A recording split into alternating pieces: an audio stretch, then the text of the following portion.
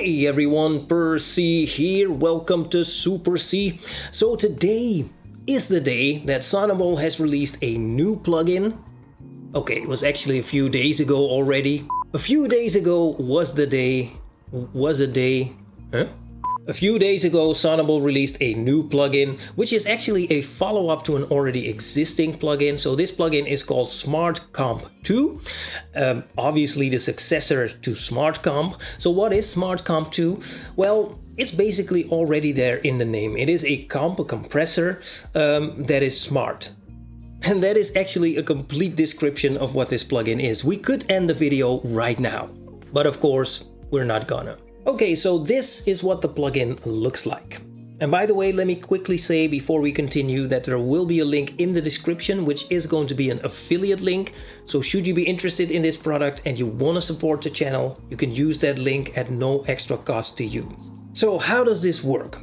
Well, you can put Smart Comp basically on any track in your mix or any bus, including the mix bus. Smart Comp 2 comes packed with artificial intelligence. You want to unleash that artificial intelligence on your track or on your bus, and hopefully it will come up with some settings that will make that track or bus sound good. So that's the basic idea behind this plugin.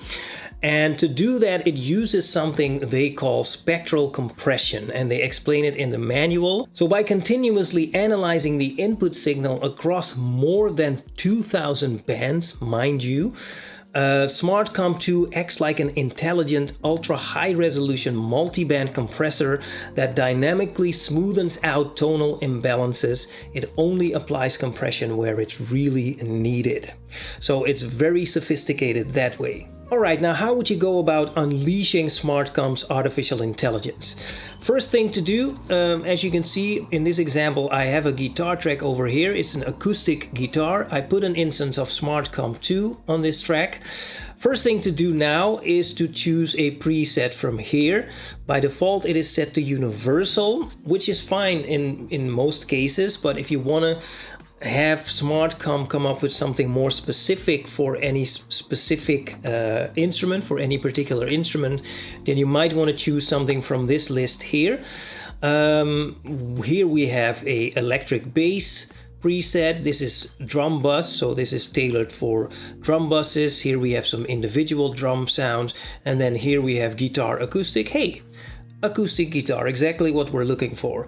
But the point is that you can choose something from this list, or you can also create your own presets. But for now, let's go with acoustic guitar. So now we can press this button. This is the learn button. Not even sure if it's officially called that, but anyway, once you press that button, it will wait for you to feed it some audio. Once you feed it some audio, it will analyze that audio, and within seconds, it will come up with some settings that it thinks might suit that audio best. So let's try it. So let's solo this guitar track. Let's press this button and let's start playing and see what happens.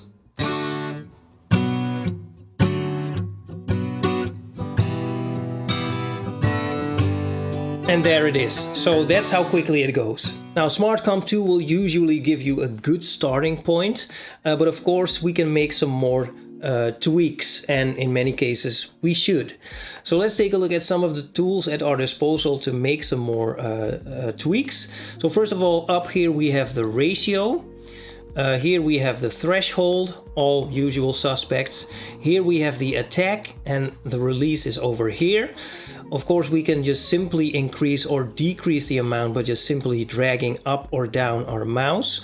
But we could also use the drop-down menu, and that will open up some more detailed parameters over here, and the same goes for the release. Now this right here is the monitoring section, let me call it that. Let me play some music so you see what I mean. So here in gray, this is a visual presentation of the original signal.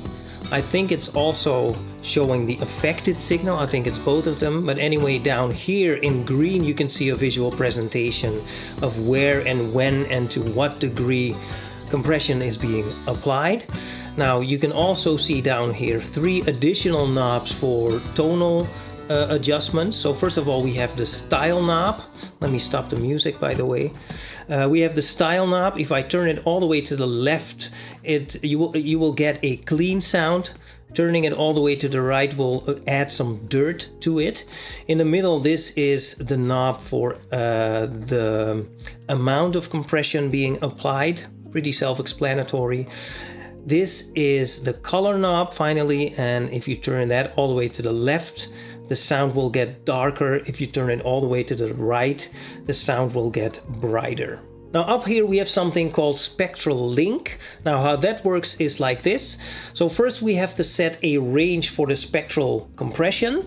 So by default it is set to 20 to 20,000 Hertz, but of course we can change that. So let's say that we want to set it from, let's say, 610 Hertz up to 8,200 Hertz. So anything within that range, spectral compression will be applied to. But what happens to anything outside of that? So that depends on what we set over here. So when we set it to 0, anything outside of this range, so anything above 8,200 Hertz and anything below 610 Hertz, classical broadband compression will be applied to.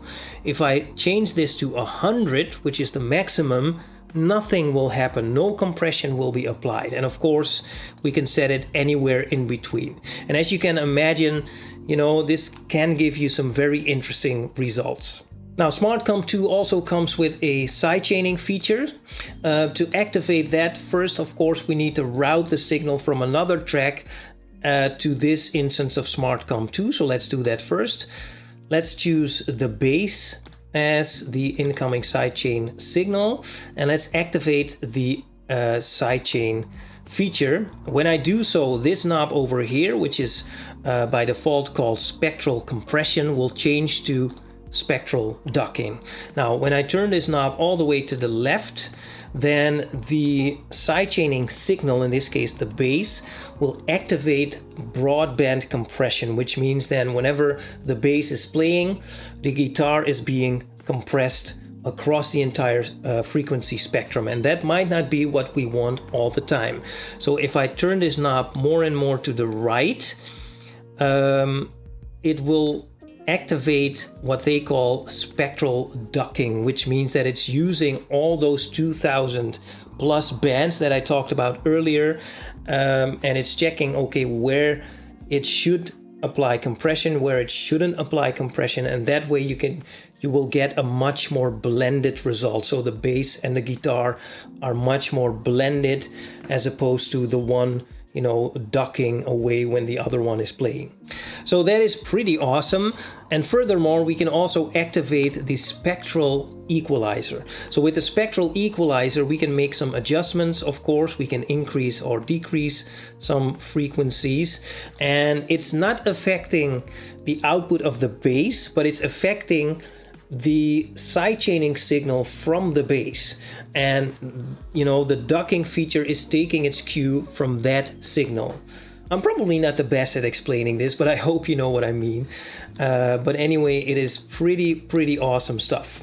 Now, and then there's a feature called the free form transfer function, and that allows for compression in certain areas below the threshold, which of course is pretty awesome. It comes with just a few presets just to get you going, but of course we can move these notes any way we like, so we can move them up, down, left or right. These lines on the left here indicate where compression is prevalent. So if they're closer together, that is an area where compression is going on. If they're further apart, of course, that's more an indication of expansion. Makes a lot of sense. But anyway, it's another one of those features that allows for very creative and very detailed processing. Now let me also mention that this thing also comes with an input writing feature. It also has mid-side capabilities, and it also has surround processing features. Probably haven't mentioned everything, but what is clear is that this thing is packed with features. Okay, so in conclusion, so what do I think of SmartComp 2? Now, let me start by saying that obviously artificial intelligence is, just like with many other Sonible products, is a fundamental part of this plugin. Now, artificial intelligence in plugins or in music in general is very often a very debatable subject. So some people aren't ready for it, it seems. Others simply will probably never embrace it. Not saying that that is right or wrong, but that's just how it is. Now, personally, I have to say that I'm not afraid, because that seems to be the fear with many people. I'm not afraid that artificial intelligence is going to replace us, because I believe that artificial intelligence will never, ever be able to make the important creative decisions. A human is always needed for that, so I'm not afraid of that. That's what I believe. But artificial intelligence can be very, very helpful. It can be very useful. We can utilize it to help us go where we need to go. So you're still in control. You're the human. You're still at the steering wheel, but we can use artificial intelligence to get where we need to go faster. Now, artificial intelligence is getting better and better. It's getting more sophisticated all the time. And I think that Smart Comp 2 is a very good example of a plugin that comes with artificial intelligence that is very sophisticated. So I'm very, very impressed with the artificial intelligence in Smart Comp 2.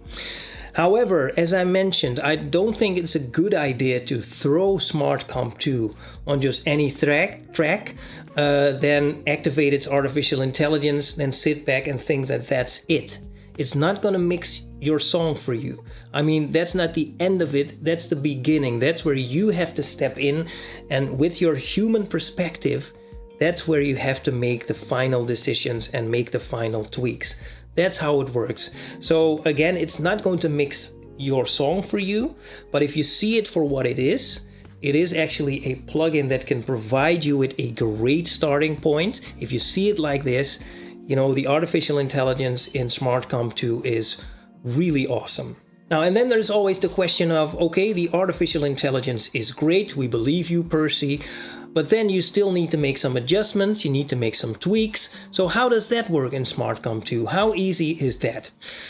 Well, to be perfectly honest, when I saw it for the first time, it looked a little bit daunting to me, but once I got into it and once I wrapped my head around it, which was very, very quickly, yes, it comes with a lot of features, but it's still very clearly laid out, and pretty easy to understand. I think they nailed it.